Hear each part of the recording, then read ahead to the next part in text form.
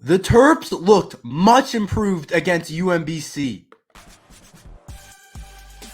You are Locked On Terps, your daily podcast on the Maryland Terps.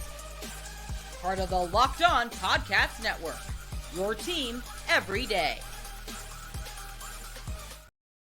What's up, everyone? I'm Tre Moore, video content creator for 247 Sports and InsideMarylandSports.com, and host of Locked On Terps, part of the Locked On Podcast Network, your team every day. So thank you for making us part of your day. And today's episode is brought to you by PrizePicks.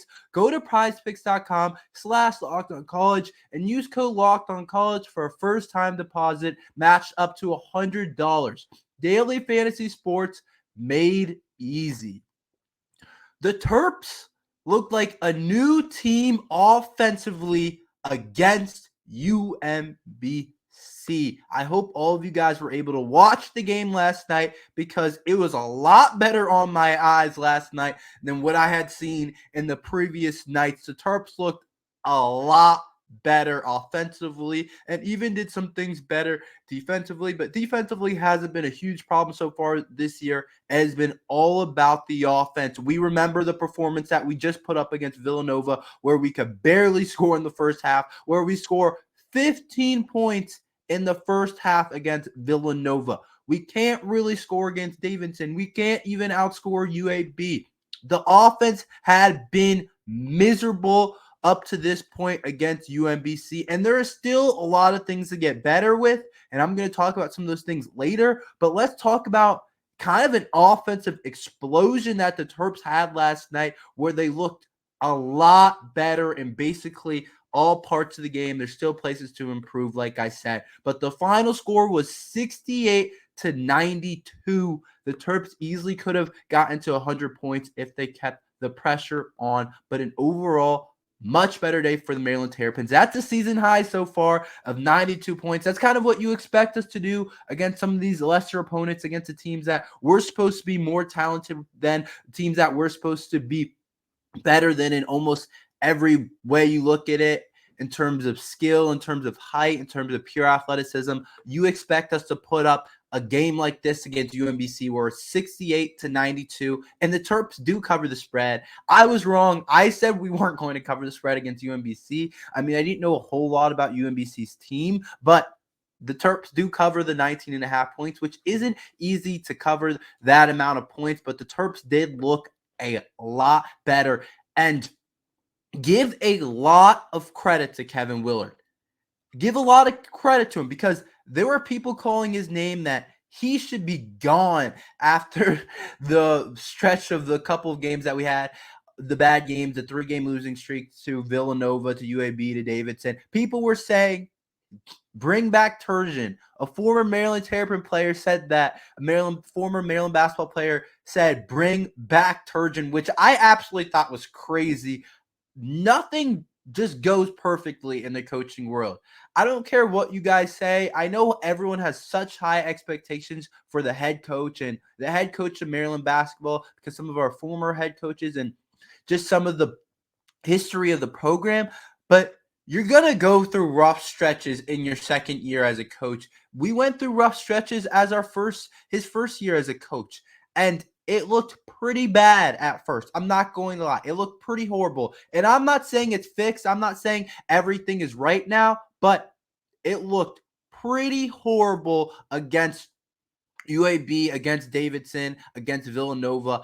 And there's still lots to get better at. But give credit to Kevin Willard. I think he went to the drawing board, and I think he crafted a couple things up. I think he cooked a couple things up, as a lot of people would say. I think he did a lot better in terms of the sets, in terms of the plays that he made, and that makes all the difference. Just finding easier shots for our guys. Our guys did a better job also of just playing within themselves, playing to their strengths. So all credit to me goes to Kevin Willard for getting through that tough stretch of games where I wasn't sure what we would look like coming out of UMBC, and he told us that we would struggle early on. So a lot of us Maryland Terrapin fans knew that we were going to struggle. When a coach tells you you're going to struggle early on in the season, you're probably going to struggle early on in the season. He's seeing something early on that is hard, and that the team needs to improve on, and he sees them every day in practice. And if he tells you that the Terps are going to have some trouble, then the Terps are going to have some trouble. But what a difference a little bit of time can make, and a little bit of extra time for Kevin Willard to be able to craft up a couple of plays, craft up a couple of things to put in against UMBC. And I think those things came across, and you could see those things on TV in the different sets that we run. And first of all, reason number one that I think we played really well was Kevin Willard. But reason number two was our big two, our top two guys, our two guys that are supposed to be all Big Ten players, played the way they were supposed to play on the offensive side of the ball. We expect a ton from Jameer Young and Julian Reese because they have delivered. They're veterans now, the group. They're the leaders of our group. There are two best players, in my opinion, and there's two guys that can drop 20 any night, any day. They can drop 20 points. They can drop 25 points. Those guys are really talented, and they showed out. And when those two play well, it goes a whole long way in terms of our team. We need players outside of them to play well, but when Jameer Young and Julian Reese both play well at the same time, then that's when the Terps start to get cooking. When one is playing well, one or the other is playing well, like if Julian Reese has a good day or Jameer Young just has a good day, then it's a lot harder for them to get going and to have our best game as a Maryland basketball team. And we struggle when only one of them is going. But when both of them are going, that's when we start looking like our full potential, especially, like I said, on the offensive side of the ball. So Jameer Young had 20 points for Young, had a very good day, got to the basket, made a three. Also made most of his free throws, shot 9 of 11 from the free throw line. So he did an awesome job of getting to the line and getting to the basket, but also made a nice little three. So Jameer Young looked really solid, a nice little 20-point outing for him. And then Julian Reese had a very solid day with a double-double, which we kind of grown to see Julian Reese. He does often get double-doubles. He does a really good job rebounding the ball. And then we got it into Julian Reese early, like I said. UMBC's game plan was interesting on the defense side of the ball. I think, honestly, I didn't like their game plan against us. I thought they kind of let us get going inside easily to Julian Reese. They didn't double Julian Reese. And if you're not going to double Julian Reese, he's going to probably do some things to you. And so he got easily to his left hand over and over in the post game. And he missed some of them shots early, but he also got to the free throw line and he was also making some of those shots. So 15 and 13 for Julian Reese and 20 for Jameer Young. That's where it starts. When they combine for 35 points between those two, that's where you start to see the offense get going. But the thing that took it to even another step, and the reason we were kind of able to, in my opinion, or not even in my opinion, just the stats back this up, and to get to 93 points and have our best offensive game of the year, was the two side pieces played really well. I'm talking about Dante Scott and Jordan Geronimo. Both of them had their best game so far this season. Jordan Geronimo, awesome game for him. And Dante Scott, also an awesome game for him. And that's what we need, because when all the pressure's on Jameer Young and Julian Reese, it is really hard for both of them to go off. You know what I'm saying? When they're doubling Julian Reese and Jameer Young, they're playing help defense on Jameer Young, and he can't get into the lane because he has to kick it out. It is really hard for them to get going when the whole defense is focusing on two players. But when the outside pieces start to play well, like we saw last night against UMBC, that's when the offense takes another step. That's when it really starts to look a lot better. And credit to Dante Scott and Jordan Geronimo for having their best games of the year. Dante Scott had 14 points. He went 2 of 5 from the three-point land. If Dante Scott is shooting 40% from the three-point arc, we will take it every day of the week. 2 for 5 is a perfect place where you want to be for Dante Scott. So Dante Scott elevated his game with 14 points and 2 of 5 from the three-point line. And we need him kind of to be that third option. And he was that third option tonight while the freshmen are still figuring it out. And I said Dante Scott was underrated, and we kind of go as far as Dante Scott goes in terms of we know what we're going to get from Julian Reese. We know what we're going to get from Jameer Young, those two guys. But we need Dante Scott to really push and to really be an elite type of player in the Big Ten to take the pressure off of those two.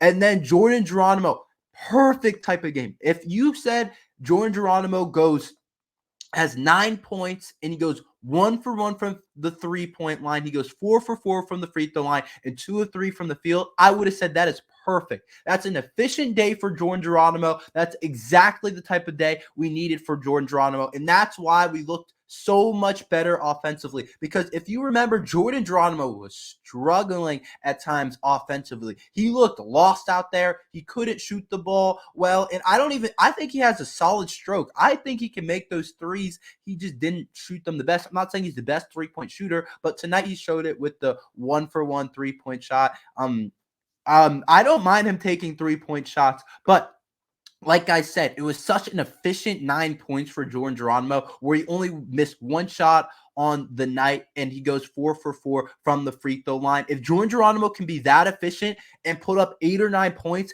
that gets me excited, because I think that's the perfect place for him to be, and I think he will be the starter the entire year if he does stuff like that, because we already know what he brings defensively and his athleticism and shot blocking. He's the most athletic guy probably on the team. So if he's able to put up efficient offensive numbers like that and shoot a high percentage from the field and give us a little bit of 3-point shooting, the Terps can do some things if Dante Scott and Jordan Geronimo are doing those 2 things. Despite those 4 playing a really good game and the Terps showing a lot of good stuff, Maryland still has a lot to improve on the offensive side of the ball and some on the defensive side of the ball. And they need to make these changes fast and fix it up and get better in some categories. And I'll tell you about that after this ad from Prize Picks. Testing my skills on Prize Picks this football season is the most exciting way to play daily fantasy sports. If you have the skills, you can turn $10 into $250 with just a few taps. Prize Picks is the largest independently owned daily fantasy sports platform in North America. We're the easiest and most exciting way to play daily fantasy sports. It's just you against the numbers. Instead of battling thousands of other players, including pros and sharks, you pick more than or less than on 2 to 6 player stat projections and watch the winnings roll in. Go to prizepicks.com/lockedoncollege and use code LOCKEDONCollege for a first-time deposit. The Terps had a great game against UMBC, but they better improve in some categories, and some players have to play better and more efficient, or the Terps won't be able to do a lot this season, and it could, if they don't do these things, break their season. If the Terp freshmen don't improve, it's going to be really hard for the Maryland Terrapins. Right now, Deshaun Harris-Smith, Jamie Kaiser, and Jonathan Lamoth all got minutes last night, and I think they did some really good things overall. All 3 of them showed some really good stuff overall, especially I would say Jamie and Deshaun. Jonathan Lamoth played a good bit, but he didn't get a ton of minutes, so he wasn't able to show quite what Jamie and Deshaun were able to show. But they showed some really good things. Don't get me wrong, but they got to get a lot more efficient is a word I like to use. Efficient, better, grow up a little bit, figure it out a little bit more, because right now the way that they're playing is going to kind of hold us back, in my opinion. And Deshaun, I want to start with Deshaun. Deshaun did some really good things last night, and that's what excites me about Deshaun. He had 12 points, and where he is improving to be a great driver of the ball. Like former Terps I talked about the other day, like Melo Trimble or Anthony Cowan. He's great at getting to the rim. He's awesome at that. Maybe he's not as twitchy and as quick as an Anthony Cowan or a Melo Trimble, but he's awesome at getting himself to the rim and getting to that left hand. And he was able to put up 12 points doing that last night, and he really did a really good job at jump stopping. If you know in basketball where you jump and land on the 2 feet and then you go up, he did an awesome job of that. And he really is really crafty down there in the paint, and gets his left hand easily. And it's a 12 easy points. And the thing is, he could have easily had 20. Oh no, just a slightly more efficient day, Deshaun Harris-Smith has like 18, 20 points. He went 2 of 8 from the free throw line last night. That's not going to get it done. That's about 25%. 2 of 8 from the free throw line isn't going to do it for Deshaun Harris-Smith. He's going to have to do better than that, and I know he's in the gym, and he hasn't had a huge concern so far this year shooting the free throws, so I'm just going to count it as an outlier, but I also can't really do that because we know the biggest question mark about Deshaun Harris-Smith coming in was his shooting ability, and it's still a question mark for me overall is his shooting ability, but I do expect his shooting to improve. And he also went 0 for 3 from the three-point line. So he needs to improve that. The Terps need him to become more efficient. His three-point shooting is interesting because he's going to be starting every game. He's going to get open shots, and we need him to take the shots that he gets. And when the scouting reports get more deep in Big Ten play, teams are going to literally back up and let him shoot. And I'm saying he needs to shoot around, I don't know if he's going to get in the 30s, but he needs to shoot somewhere around high 20s, like 28, 29, maybe pushing 30 for the rest of the year. That would be ideal. Realistically, that probably won't happen. He'll probably hover around 25, 20%, I think. But I still expect that to get better because right now it's even lower than the 20%. So I expect Deshaun Harris-Smith to get better, and we absolutely need him to get better. We need him to keep driving the ball and offer scoring because he did have 12 points last night. He did some awesome things. That's what I want to emphasize. I want to make sure you guys know that. I think he did some awesome things, but he needs to get more efficient shooting the ball because he can't go 2 for 8 from the free throw line, especially. Those are free. He could easily have 20 points last night if he just makes one of his 3-point shots and makes a couple more 3-point shots. But that's what excites me. That's what gets me excited about Deshaun Harris-Smith is that he's going to have a chance to get a lot better. Jamie Kaiser, it's a similar thing to Deshaun Harris-Smith, but it's also not because we know Jamie Kaiser is an elite shooter. We already know that. He was one of the best shooters in the 2023 class, but he's still working on finding his shot, but we need him to find it faster earlier rather than later, for sure, for Jamie Kaiser, because we need that shooting ability still. He went 3 of 10 from the field, but 2 of them were dunks, and 1 of them was the half-court shot.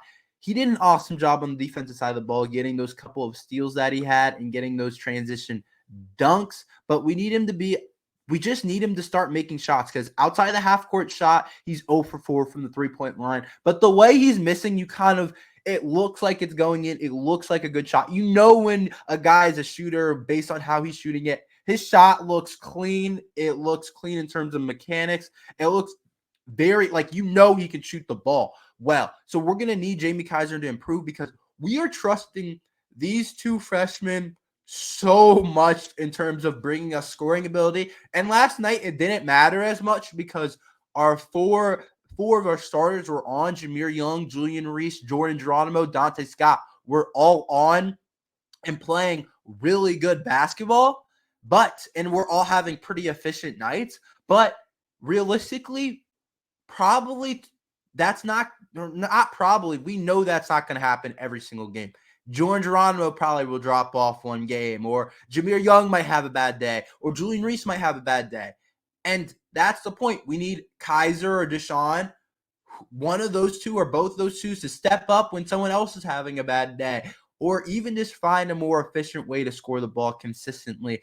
And I know the shot will come for Jamie Kaiser because I know he's an elite shooter. Deshaun Harris-Smith, I still have question marks about his shooting ability, but we need those two to get better and to get more efficient. But I'm not surprised that this is happening. This is college basketball. This is a step up. They're both 4-star, highly rated guys, but we still know that they have to get better. And Jonathan Lamoth also came in and went 0 for 2 from the field, and he hasn't played a ton. And Kevin Willard's saying he's going to get more minutes, so we'll see what happens with that. But I'm not going to critique him off of not too many minutes, like 13 minutes in the game in the second half, and he's still trying to get his feet wet out there.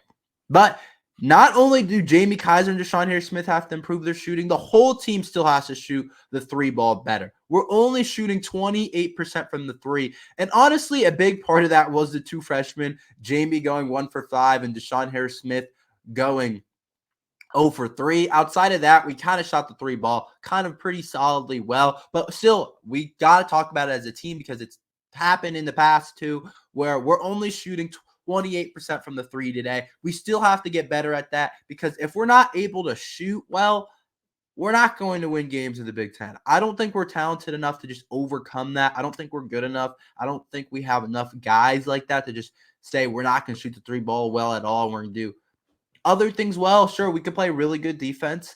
We can do some other things really well. We can get to the basket, get to the free throw line. But I don't know if we're good enough to overcome that consistently.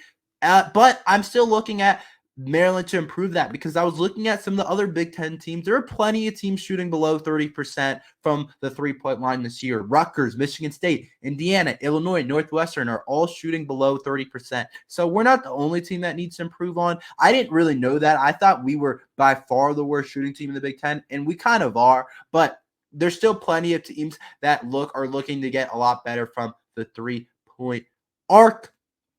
And I also think we could use a little bit more bench scoring. Outside of Jamie Kaiser, there wasn't much going on the bench, and I think we could use a little bit more of that, especially in some of these games where Julian Reese might get in foul trouble, or we just need a spark off the bench, which happens a lot in basketball. I do think we could use some bench scoring. And the last point that I think we need to get better on is on our 2-2 press. I really like it. A lot of times, I got plenty of steals last night, but one thing is we gave up open three-point shots, and it was mainly because of defensive communication. Defensive communication was off against UAB and Davidson as well. We have to get better there. Defensive communication, and just sometimes it's matching up man-to-man. We have to get better with that. But the Terps overall still have plenty to improve on to get to where we want to be. And if we don't improve in these categories, I think it can break our season, honestly. Let's move on to some Maryland football. I want to talk about a guy that I think he has a chance to do something special after this football season. We'll talk about that after this ad from LinkedIn. These days, new potential hires can feel like high-stakes wagers for your small business. You want to be 100% certain that you have access to the best qualified candidates available. That's why you have to check out LinkedIn Jobs. LinkedIn Jobs helps find the right people for your team faster and for free. A lot of people need jobs right now, and if you want to find someone amazing for your company, LinkedIn Jobs helps you find the qualified candidates you want to talk to faster. So post your job for free at linkedin.com/lockedoncollege. That's linkedin.com/lockedon to post your job for free. Terms and conditions apply. Beau Brade is going to be an NFL player. I have seen enough. Beau Brade is going to be an NFL draft pick, and it's a little bit early to talk about it, but the season is winding down, and I really wanted to give him this credit because he did just accept an invite to the Senior Bowl. But I've seen enough, and I'm no mean an expert, but I like to think I know a thing or two, and Beau Brade is going to get drafted in the NFL. One thing, my favorite thing about Beau Brade overall is that he steps up in the big games. Two of his best games this year on the season were against two of the best teams we play on this season and two of the best teams in the country and two teams that are going to battle it out next week. He played awesome against Ohio State and Michigan, or I guess that would be considered this weekend. That game would be considered this weekend, not next week. But he played his best games against Ohio State and Michigan, in my opinion. So him playing up to the competition like that and him playing against elite players and elite guys on the outside, an elite overall program, two of the best programs in the country, that's my favorite thing about Beau Brade. And he really showed out against them. Against Michigan, 10 total tackles and a pass deflection. Against Ohio State, 8 total tackles and 2 pass deflections. He's all over the field, and he's built for the NFL. His versatility, he can play in the box. He can play a middle half. He can play a cover one on the backside and cover the field, or he can stop the run. He can lay a hit. He can tackle. Beau Brade can do everything in terms of what you want for an NFL safety. And I've just been watching this guy over the last couple of years in College Park, and I've been so curious to see if my eyes are right and if I kind of know a thing or two. I would like to think I do, like I said, and see if I could potentially say, like, that I'm right about a guy and that Beau Brade will get drafted after some of the scouting picks up. But I do think Beau Brade is going to be an NFL draft pick. And the Senior Bowl invite that he just accepted proves a lot of that point, because they don't just invite anybody. You don't just get invited to the Senior Bowl just because you're a senior. That's not what happens. You have to be a guy that they think has a chance to get drafted, or a guy that a lot of those guys will get drafted. There's plenty of top players in the NFL that played in the Senior Bowl, like a Justin Herbert. There's plenty of guys, a ton of guys that go through like 4th through like 7th round, or a lot of Senior Bowl guys. And another thing is that CBS has him projected as a 4th-round pick in their latest mock draft. And I didn't actually know that until I did some research for this podcast after I was going to say Beau Brade is an NFL player. I think my eyes are right. I think he's going to have a chance to go 4th, 5th, 3rd type of round. And if you remember before the season, another website had him as a top 5 safety in the draft. Obviously, these aren't the actual scouts, but I think I've seen enough to say he plays huge in the big games. He leads our team in tackles. He leads our team in pass deflections with 6 pass deflections on the year, 66 tackles. I think he has a chance to be an all Big Ten player this year. He was safety of the week by a certain, I forget what it was called, but he was safety of the week this week by a certain company. So he's done some really good things so far this season for the Maryland Terrapins. And like I said, the versatility, him stepping up in the big games, I think he's perfect for the NFL. He also has a great personality off the field. Him and Dante both do some awesome things with their podcasts and everything. And I really think Beau Brade is going to have a chance to be a pretty high round draft pick. And a big part of it's going to be how well he tests in the combine